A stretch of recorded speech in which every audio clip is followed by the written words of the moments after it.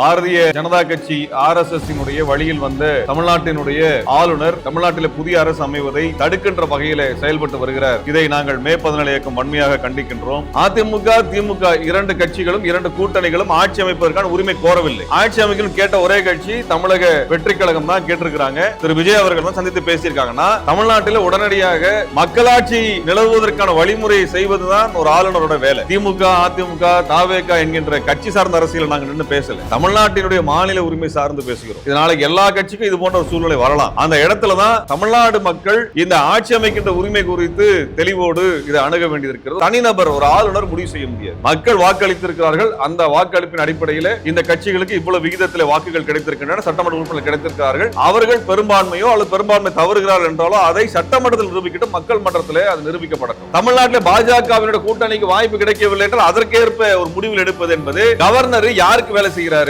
Governor என்கின்ற பதவி யாருக்காக இருக்கிறது என்ற கேள்வி எழுப்ப விரும்புகிறோம். இன்றைக்கு யாரையும் அழைக்காம இருந்து நாளைக்கு கவர்னர் ஆட்சி வருது அப்படின்னா அது மக்களாட்சிக்கு நேர் எதிரானது. மக்கள் ஒண்ணு ஓட்டு போடாம எங்களுக்கு எந்த கட்சி வேண்டாம் நிராகரிக்கல, ஓட்டு போட்டிருக்கிறாங்க. 3 அணிகளும் கணிசமான சட்டமன்ற உறுப்பினர் வச்சிருக்காங்க கையில. ஒவ்வொரு தொகுதியும் தனக்கான சட்டமன்ற உறுப்பினர் யாருன்னு முடிவு பண்ணி அனுப்பி இருக்குது. இதை ஒரு நபர் முடிவு பண்ணுவாரா, ஒரு கட்சி முடிவு பண்ணுவாரா? அதுவும் தமிழ்நாட்டில் கூட்டணி வைத்து கூட்டணியின் பலத்தில் ஒரே ஒரு MLA பதவி வைத்து கூட பிஜேபி எப்படி முடிவு பண்றது?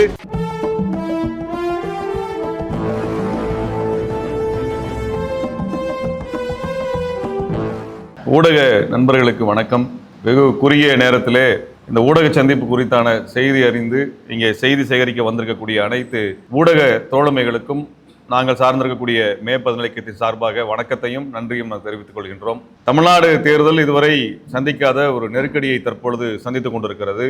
அதே போல மாநில உரிமை தொடர்ச்சியாக தமிழர்களினுடைய உரிமைகளை நசுக்குகின்ற விதமாக இந்த மாநில உரிமைகளை நசுக்கிக் கொண்டிருக்கக்கூடிய செயலும் நடந்து வருவதை பார்த்து வருகிறோம். இந்த நடந்து முடிந்த சட்டமன்ற தேர்தலில் மும்முனை போட்டியாக நடந்து 3 கட்சிக்கும் பெரும்பான்மை இல்லாத நிலையிலே ஆளுநராக இருக்கக்கூடியவர் தமிழ்நாட்டிலே அடுத்த அமைச்சரவை ஆளுங்கட்சியாக பொறுப்பேற்கக்கூடிய தகுதி படைத்த கட்சியை அழைத்திருக்க வேண்டும். அதிக எண்ணிக்கையிலான சட்டமன்ற உறுப்பினர்களை கொண்டிருக்கக்கூடிய கட்சியை அழைப்பது அல்லது ஆட்சி அமைக்க கோருகின்ற கட்சிகளுக்கு வாய்ப்பு கொடுப்பது என்று எந்த விதமான நடைமுறையையும் மேற்கொள்ளாமல் பாரதிய ஜனதா கட்சி RSS வழியில் வந்த தமிழ்நாட்டினுடைய ஆளுநர் தமிழ்நாட்டினுடைய புதிய அரசு அமைவதை தமிழ்நாட்டில் புதிய அரசு அமைவதை தடுக்கின்ற வகையில் செயல்பட்டு வருகிறார். இதை நாங்கள் மே 17 இயக்கம் வன்மையாக கண்டிக்கின்றோம். நேற்றைய தினம் இந்த சட்டமன்ற தேர்தலில் அதிக சட்டமன்ற உறுப்பினர்களை வைத்திருக்கக்கூடிய தமிழக வெற்றி கழகத்தினுடைய தலைவர் திரு ஜோசப் விஜய் அவர்கள் ஆட்சி அமைப்பதற்கான உரிமை கோருகின்ற கடிதத்தை ஆளுநருக்கு சமர்ப்பித்திருக்கின்றார். ஆளுநருடைய பொறுப்பு என்பது இந்த சட்டசபையிலே பெரும்பான்மையை வைத்திருக்கக்கூடிய அல்லது நிரூபிக்கக்கூடிய அல்லது அதற்கான தகுதி படைத்த கட்சிக்கான அனுமதியை வழங்குவது என்கின்ற அளவில் தான் இருக்கிறது. அவருக்கான விதிகளை வரையறுக்கக்கூடிய வரலாறை பார்த்தோம்னா இந்த ஆளுநர் தன் விருப்பத்திற்கு ஏற்ப கட்சிகளை அழைப்பது, தன் கருத்திற்கு ஒவ்வாத கொள்கைகளுக்கு ஒவ்வாத கட்சிகளை நிராகரிப்பது என்கின்ற செயல்பாடு நீண்ட காலமாகவே இந்திய வரலாறு இருந்து வந்திருக்கிறது. இந்தியாவினுடைய முதல் சட்டமன்ற தேர்தலாக 1952 மெட்ராஸ் மாகாணத்தில் நடந்த தேர்தலின் பொழுது அன்றைக்கு இருந்த மஸ்தூர் சங்கரினுடைய கட்சியும் பிரகாசம் அவர்களுடைய தலைமையில் இருந்த அந்த கட்சியும் இந்திய கம்யூனிஸ்ட் கட்சியும் இணைந்து கூட்டணி அமைத்து தேர்தல் எதிர்கொண்டார்கள். அவர்கள் பெரும்பான்மை பெற்றார்கள். அந்த கூட்டணி பெரும்பான்மை பெற்றது. ஆனால் கம்யூனிஸ்ட் கட்சி பங்கு வைத்திருக்கக்கூடிய அந்த கூட்டணிக்கு பதவி ஏற்கக்கூடிய அனுமதி தரக்கூடாது என்று சொல்லி அதிக எண்ணிக்கையில் இருக்கக்கூடிய ஆனால் பெரும்பான்மை இல்லாத அன்றைய காங்கிரசினுடைய தலைவராக இருக்கக்கூடிய ராஜாஜியை அழைத்து ஆட்சி அமைக்க வாய்ப்பை அன்றைய ஆளுநர் கொடுத்தார். இது அன்றைய மெட்ராஸ் மாகாணத்தினுடைய நிலைமை. அன்றைக்கே ஜனநாயகம் கொலை செய்யப்பட்டது. ஏனென்றால் அன்றைய காங்கிரஸ் அரசு, நேரு தலைமையிலான அரசு கம்யூனிஸ்டுகள் ஆட்சிக்கு வருவதை விரும்பவில்லை. அதனால என்ன பண்ணாங்கன்னா அதிக எண்ணிக்கையில் ஆனால் பெரும்பான்மை இல்லாத கட்சிக்காக இந்த வாய்ப்பை கொடுத்தார்கள். ராஜாஜிக்கு அந்த வாய்ப்பு கொடுக்கப்பட்டது. ஆனால் பெரும்பான்மை வைத்திருந்து கூட்டணியை அமைத்து ஆட்சியை பெறுவதற்குரிய வாய்ப்பு இருந்த கம்யூனிஸ்டுகள் அந்த அனுமதியை பெற இயலாமல் போனது. இதே போன்ற நிலை பல மாநிலங்களில் தொடர்ந்த காரணத்தினால் 1971 கமிட்டி ஆஃப் கவர்னன்ஸ் என்று சொல்லி இந்த ஆளுநர்களுடைய அதிகாரம், குறிப்பாக சட்டசபையில யார் ஆட்சி அமைப்பது என்பது குறித்தான ரெப்ரசன்டேட்டிவ் பீப்புள் ஆக்ட் மற்றும் மாநில உரிமை குறித்தான ஆளுநர் உரிமை குறித்தான அந்த சட்டங்களை எல்லாம் அதிகாரங்களை எல்லாம் சீர்தூக்கி பார்த்து அவர்கள் ஒரு பரிந்துரைகளை வழங்கினார்கள்.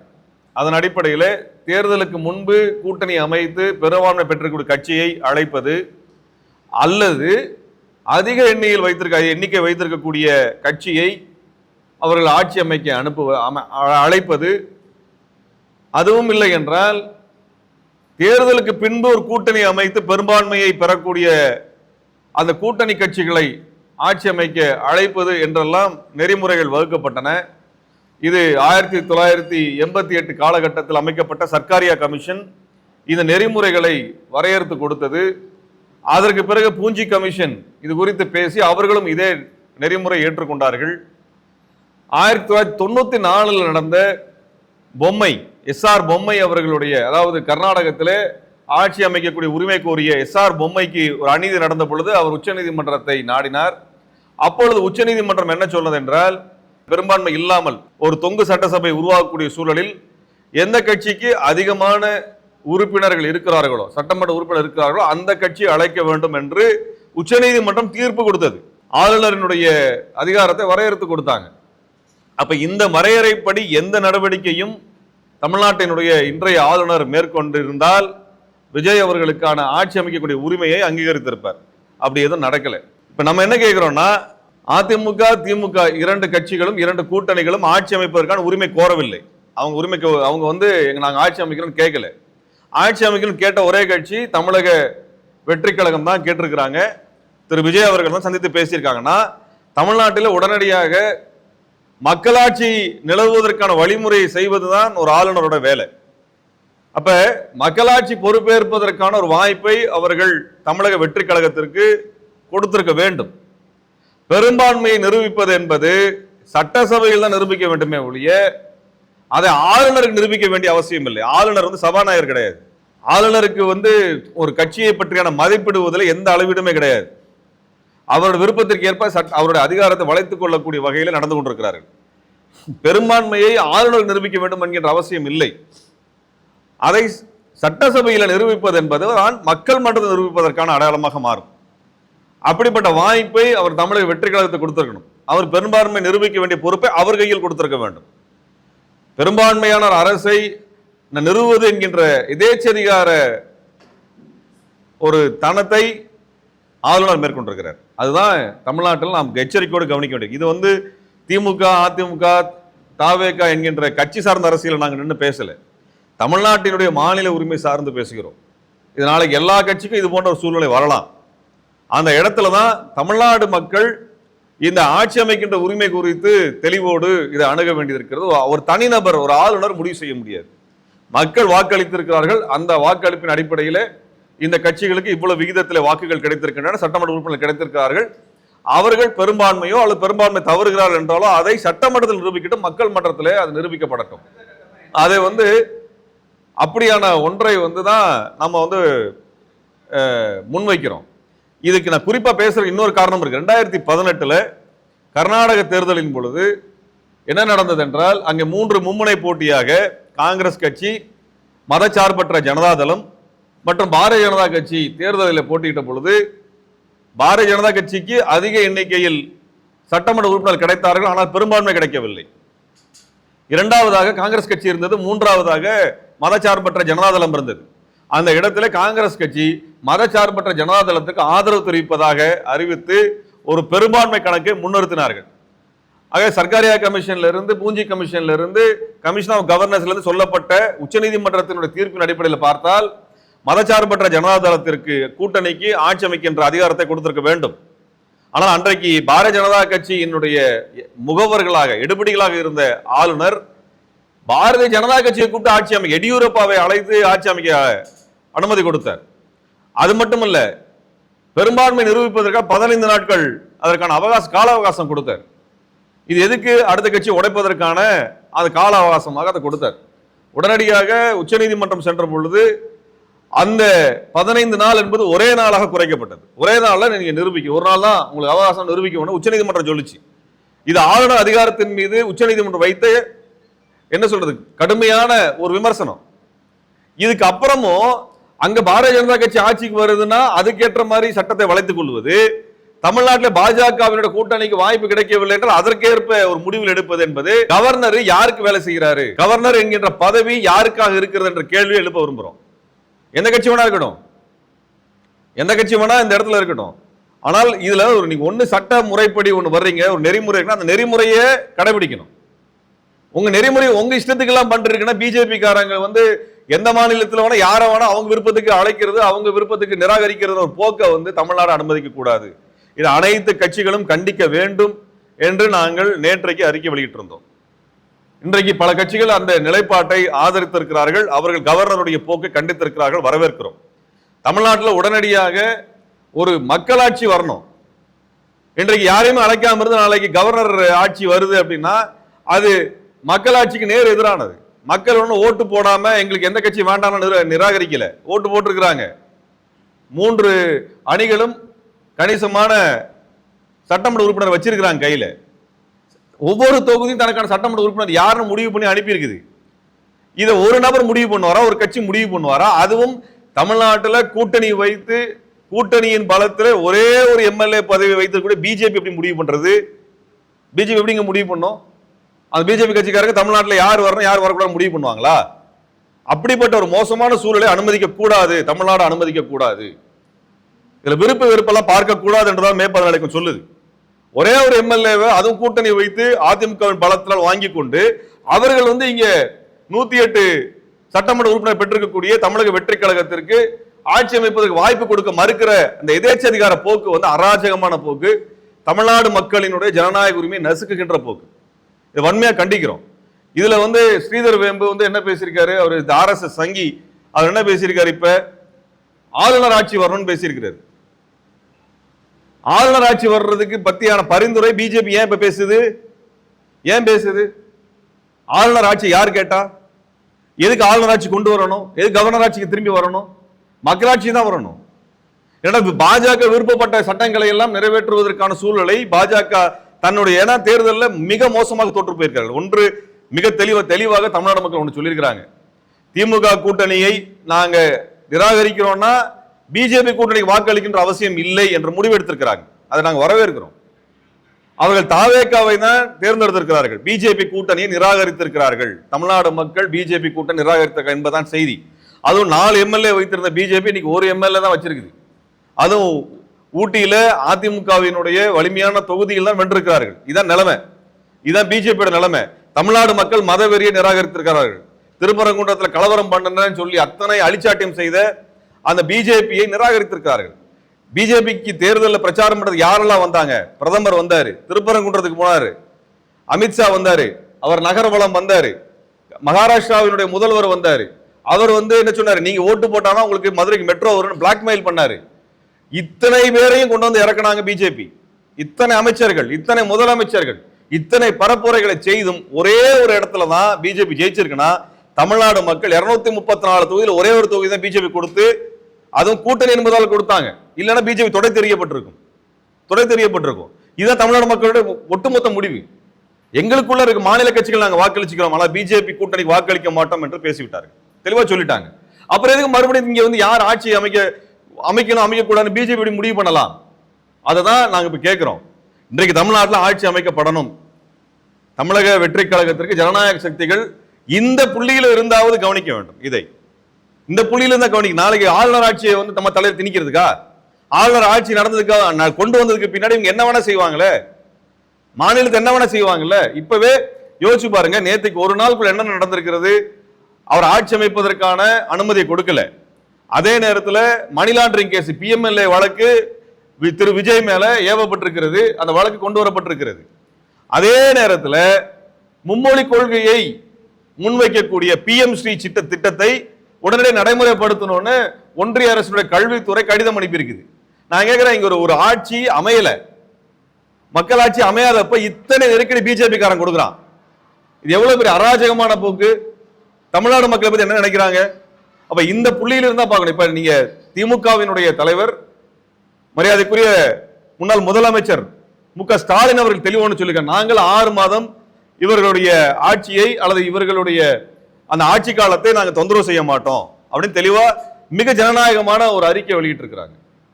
இப்படி எல்லாருமே வெளிப்படையா சொன்னதுக்கு பின்னாடியும் இவர் ஆட்சி அமைக்க விடக்கூடாதுன்னு சொன்னா அப்ப யார் ஆட்சி அமைக்கிறதுக்காக பிஜேபி விரும்புகிறது என்றால் கவர்னருடைய ஆளுநருடைய ஆட்சியை கொண்டு வந்து அவர் திட்டங்கள் நடைமுறைப்படுத்த விரும்புகிறான்றதான் புரிந்து கொள்ள முடியும். அதுதான் நான் பேசி முடிச்சிடுறேங்க, அப்புறமேல் பேசலாம், ஒன்னும் அவசரம் எல்லாம் ஒன்றும் இல்லை, 2 மணி நேரம் கூட உட்காந்துருங்க. அப்ப இப்படிப்பட்ட ஒரு நிலைமையை கவனத்தில் எடுத்துக்கணும்னு தான் நான் தமிழ்நாடு மக்களுக்கு வேண்டுகோள் வைக்கிறோம். நீங்க வாக்களித்திருக்கிறீர்கள், நீங்கள் தேர்ந்தெடுத்த வேட்பாளர் சரியா தவறா என்ற இடத்துக்குள்ள நாங்க போல, எந்த கட்சி தேர்ந்தெடுக்கிற இடத்துக்குள்ள நாங்க போல, அது எங்களுக்கு தேவையில்லை.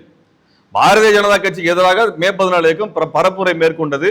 அதில் பாரதிய ஜனதா கட்சி மக்களால் வீழ்த்தப்பட்டது என்பதிலே நாங்கள் மக்களுக்கு, தமிழ் மக்களுக்கு, தமிழர்களுக்கு நான் நன்றி தெரிவிக்கின்றோம். அதற்கு அடுத்தபடியாக தமிழ்நாட்டில் யார் ஆட்சி அமைக்கணும், ஆட்சி அமைக்கக்கூடாது என்கின்ற முடிவை தமிழ்நாடு மக்கள் நிராகரிக்கப்பட்ட பிஜேபி முடிவு செய்யக்கூடாது என்றுதான் சொல்ல வந்திருக்கிறோம். அதுல ஆளுநர் பிஜேபி சாதகமாக அவங்களுக்கு ஏற்பதை போன்ற ஏற்புடைய ஒரு நிலையை எடுப்பதை நாங்கள் வன்மையாக கண்டிக்கிறோம். தமிழக வெற்றி கழகத்திற்கு பெரும்பான்மையான அதிகப்படியான எம்எல்ஏக்கள் இருக்கிறாங்கன்னா அவங்க ஆட்சி அமைப்பதற்கான வாய்ப்பை கொடுங்க. அவங்க தங்களுடைய பெரும்பான்மையை சட்டசபையில் நிரூபிக்கட்டும், அவங்க நிரூபிக்கட்டும். அது ஆளுநர் வேலை இல்லை, பிஜேபியோட வேலை இல்லை, RS சங் பரிவாரோட வேலை அல்ல. இந்த போக்கை அனுமதிக்க கூடாது. இந்த போக்கு முடிவுக்கு வருவதற்கு தமிழ்நாட்டினுடைய ஜனநாயக சக்திகள் ஒன்றுபட்டு குரல் கொடுக்க வேண்டும் என்று நாங்கள் விரும்புகிறோம். அப்படிப்பட்ட ஒரு நிலைமை வரணும். தமிழ்நாடை பாதுகாப்பது என்பது இந்த பிஜேபியின் தொடர் தாக்குதலில் இருந்து நம்மை பாதுகாத்துக் கொள்வதற்கான அனைத்து கட்டங்களிலும் ஒன்றுபட்டு நிற்க வேண்டும் என்பதுதான் எங்களது குரலாகவும் எங்களது கோரிக்கையாகவும் சமயத்தில் இருக்கிறது என்பதை நாங்கள் தெளிவுபடுத்த விரும்புகிறோம். பேசிக்கலாம். பிஜேபி வரக்கூடாதுன்னு சொல்லி காங்கிரஸ் கட்சி தமிழகத்தில் முற்போக்கு கூட்டணி யாருமே ஆதரவு தெரிவிக்காதுன்னு சொல்லி பாக்குறீங்க. அந்த தைரியம் காங்கிரஸ் தைரியம் முற்போக்கு கூட்டணி இல்லையா? இல்லைங்க, காங்கிரஸ் அவங்க தமிழக வெற்றி கழகத்தோடு போகணும்னு முடிவு பண்ணி தான் தேர்தலுக்கு முன்னாடி முடிவு பண்ணியிருக்கணும். தேர்தலின் பொழுது திமுகவோடு சேர்ந்து கொண்டு பரப்புரையில் தாங்கள் தாவேகாக்கு எதிராக ஒரு நிலைப்பாடு எடுத்ததாக காட்டிக்கொண்டு அதற்கு பிறகு போறாங்க. இப்ப இருக்கக்கூடிய சூழலை பொறுத்து மற்ற ஜனநாயக அமைப்புகள் ஒரு முடிவு எடுக்கிறது என்பது கவர்னர் ஆட்சி நிலை வராமல் இருக்கிறத பார்க்கறதா நம்ம பார்க்கிறோம். ஆனா காங்கிரஸ் நிலைமை அப்படி எடுக்கல, காங்கிரஸ் அந்த மாதிரி எடுக்கல. அவர்களுக்கு தெளிவா ஒரு நிலைப்பாடு இருக்குது. வெற்றி பெறுவதற்கு முன்பு ஒரு கூட்டணி, வெற்றி பெற்ற பிறகு ஒரு கூட்டணி வைக்கிறது, அதை நாங்கள் என்றைக்குமே ஏற்றுக்கல. ஏன்னா பாரதிய ஜனதா கட்சி எவ்வளவு தூரம் மாநில உரிமைகளை நசுக்குகிறதோ அதை விட ஒரு படி மேலாக நசுக்கிய கட்சி தான் காங்கிரஸ். அதான் 1952 இருந்து சொல்லிட்டு வந்திருக்கேன் நான். ஏன்னா நடந்ததுன்னு சொல்லியிருக்கிறோம். காங்கிரஸ் தான் அந்த வேலையை செஞ்சிருக்கிறாங்க. இப்ப அதே பாரதிய ஜனதா கட்சி செய்யுது. தேசிய கட்சிகள் இங்க இடம் இல்லை, மாநில கட்சிகள் இது குறித்து முடிவெடுக்கணும்னு தான் பேசுறோம் நம்ம.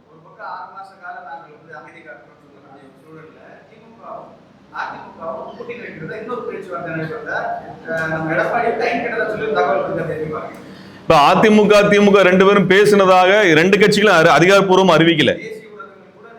அதுதாங்க, நம்ம ஊடகங்கள் எந்த லட்சணத்துல இருக்கு தேசிய அளவுலன்றதை நம்ம பார்த்துட்டோம். பிஜேபியோட ஊடகங்கள் என்ன அளவுல இருக்குன்னு நம்ம பார்த்துட்டோம். அதனால இந்திய அளவிலான ஊடகங்களை நாங்க ரெஃபரன்ஸா எடுக்கல.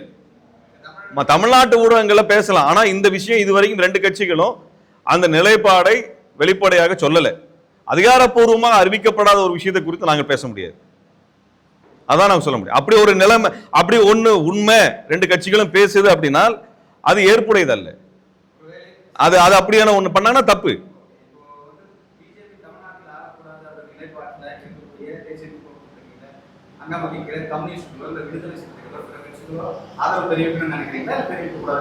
இல்ல, அது அந்த கட்சிகளின் ஜனநாயக முறையில அந்த கட்சி தான் முடிவெடுக்கணும்.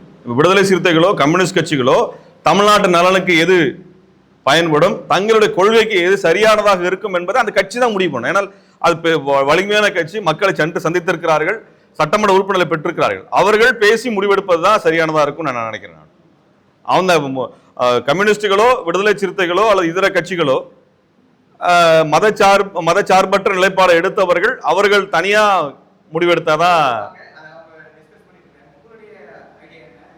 நாங்க யாரு ஆட்சி அமைக்கணும் நாங்க சொன்னோம்னா நம்ம சரியா இருக்காது. அந்த மாதிரி இடத்துக்குள்ள நாங்க போக முடியாது. நாங்க என்ன சொல்லணும், ஆளுநர் ஆட்சி அப்படின்னு ஒண்ணு வருதுனால் அதை நாங்க நிராகரிக்கிறோம்.